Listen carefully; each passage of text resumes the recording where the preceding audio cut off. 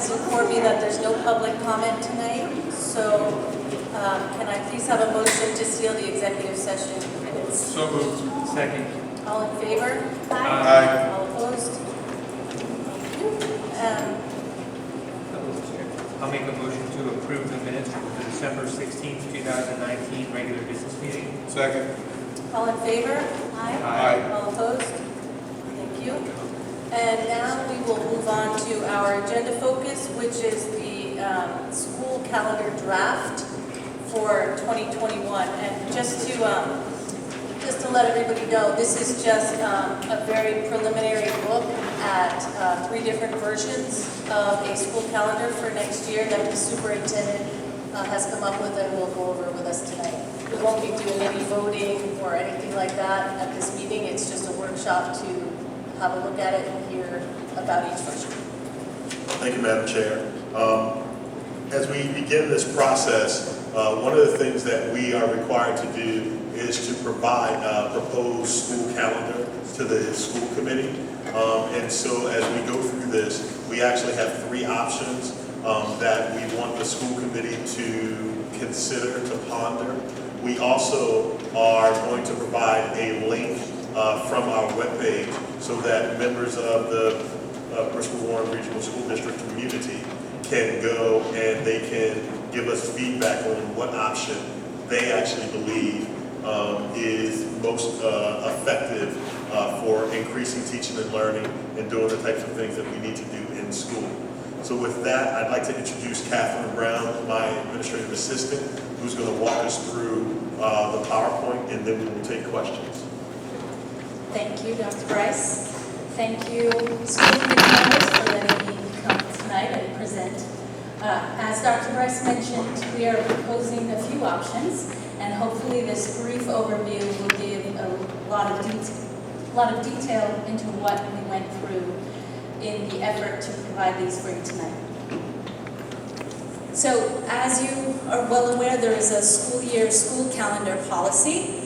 It is listed on this presentation, and I can briefly go through that school will be in session for at least 180 days, but less than 190 days each year, as required by state law.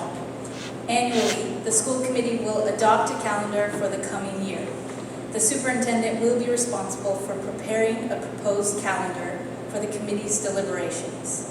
The school calendar will include all holidays and vacation periods, the starting and ending dates, including possible make-up days for school closings during the year, and any in-service or teacher institute days.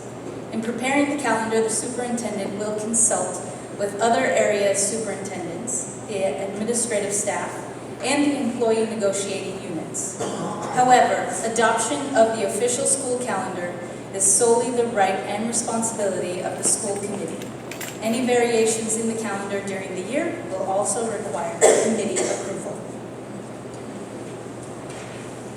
So in this effort, it was a collaborative effort in planning this together with Dr. Bryce and various members of the BWRSD community. We had representatives from both negotiating units of the district, of the BWEA and C94, school administrators and district administrators. We had 2 calendar planning meeting dates, one in December and one just recently, last week, January 8th. And as you can see, we had many representatives from the various schools and district to help in this planning process. The big issues that were discussed. We discussed the first day of school and the last day of school, the 180th day. Labor Day, as you can see in the calendar, or if you didn't know, it is late this year in 2020, September 7th. And we're recommending to start the school year on August 31st, a Monday. The 180th day of school, we're recommending to be no later than June 18th, 2021. As for holidays, in the discussions in the groups, the request was overwhelmingly that Thanksgiving holidays start on Wednesday before Thanksgiving. That was something that was in the calendar this current year. Request for a December holiday break to start on December 23rd, and that was the same as this current year. And there was overwhelming response and request for a Friday holiday in April, the beginning of the month, same as current and previous years. School vacation weeks, we heard a lot of discussion about having similarities between other districts in the state, and we also, as it said in the policy, Dr. Bryce did confirm and receive draft calendars from 2 other districts, from Portsmouth and Tiverton, I believe. And we aligned what we saw in our proposed draft with what we saw in those other districts as well, very similarly. But we requested for similar weeks. We understand that it's something of interest. And requested a vacation week in February and April.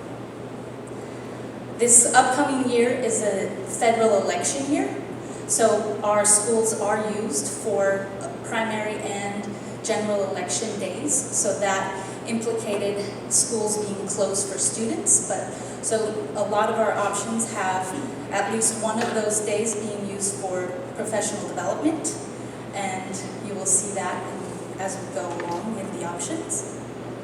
And professional development for district staff, that it is to total no more than 20 hours during the school year, but that there could be a combination of 5 hours and early release days spread out throughout the school year. An early release day, please correct me if I'm incorrect, that schools are released 2 hours early and staff would stay an additional 1 hour after that for professional development. Those were the big items we discussed. So in these options that you will have linked, that Dr. Bryce mentioned, that the link of the full calendar with dates. The brief overview is that teacher orientation, which would be before school would start, would be Wednesday, August 26th. Professional development for staff, as you can see, we have 3 options. There's option one, it would be 4 professional development days. That would be 5 hours each day. That it would be the next day after teacher orientation, August 27th. And then remember how we said the primary election is this year in general election? September 8th and November 3rd are those corresponding dates. As well as we know that there was a big discussion about March being a full month without any vacation or any federal holidays, that we planned a professional development day in this option right in the middle. So that equivalent is 20 hours of professional development.